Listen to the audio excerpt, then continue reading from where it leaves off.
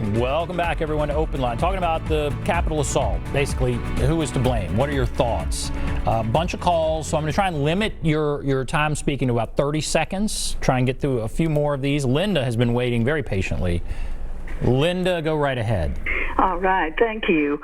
First of all, I'm so glad Trump was impeached. He has been a part of this from the word go. He knew about it because he's been promoting it for a month or more for everyone to come to the rally, and it's going to be wild and all this. So he knew what was going to be going down. And also, I have a question. This is a little bit off, but maybe.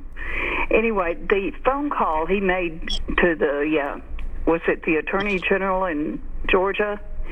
Bullying right. and threatening him.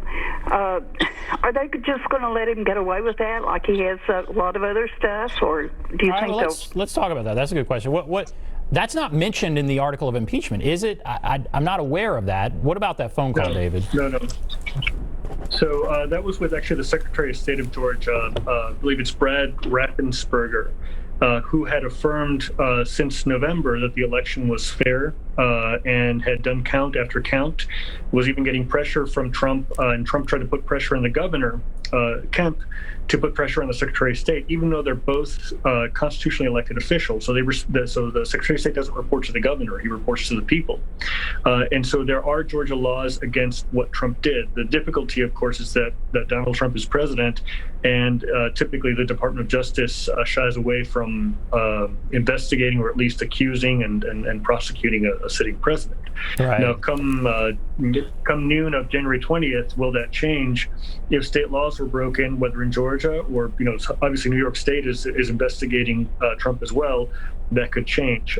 But Trump has lost a lot from this, whether it's business deals in New York, whether it's, his voice on Twitter and other social media.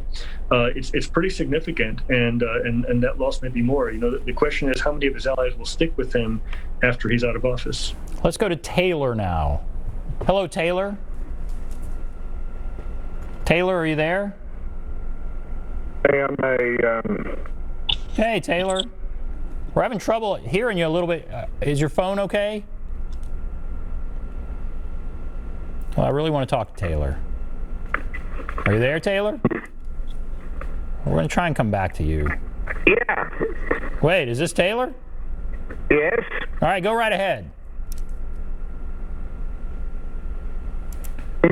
So I was trying to stay on point more so than a couple of callers back, but Oh, no, we cannot hear you. I'm so sorry, Taylor. All right, let's go to Tim. Tim, are you there? Yes. Go right ahead. Well, first off, I want to start with, Trump. When Trump come into office, he didn't come into office and get elected in to be the presidential, politician that, polished up politician that, he come in under his own, with promises that he was going to defend the American people and the Constitution and all this, But what bothers me so much is, the First Amendment protects all of our speech, and that's been stomped on. When a man can't speak anymore, our nation's in trouble. So when they, silenced our voices, I didn't do anything wrong, but they canceled my account on Parler. I incited no violence.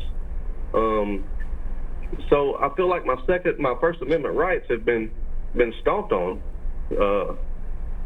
And I was at the rally, it was all peaceful. Not one time this whole term have we had a violent rally or a protest. You were in Washington? Were you in Washington? I was, yes. But so what did you see?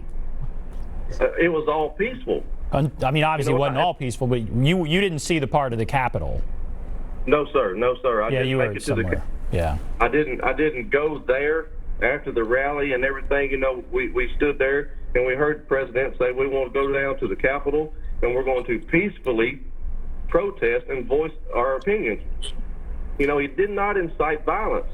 All right. And being a Trump supporter, I I have never felt like that he incited violence ever. Of course, he said, come, we want to hear our voices, but he's never incited violence. All right, Tim, I'm glad you called in, and I want to ask you, David. So Tim is upset, like Parler, that's the conservative version of Twitter would be my shorthanded sort of description.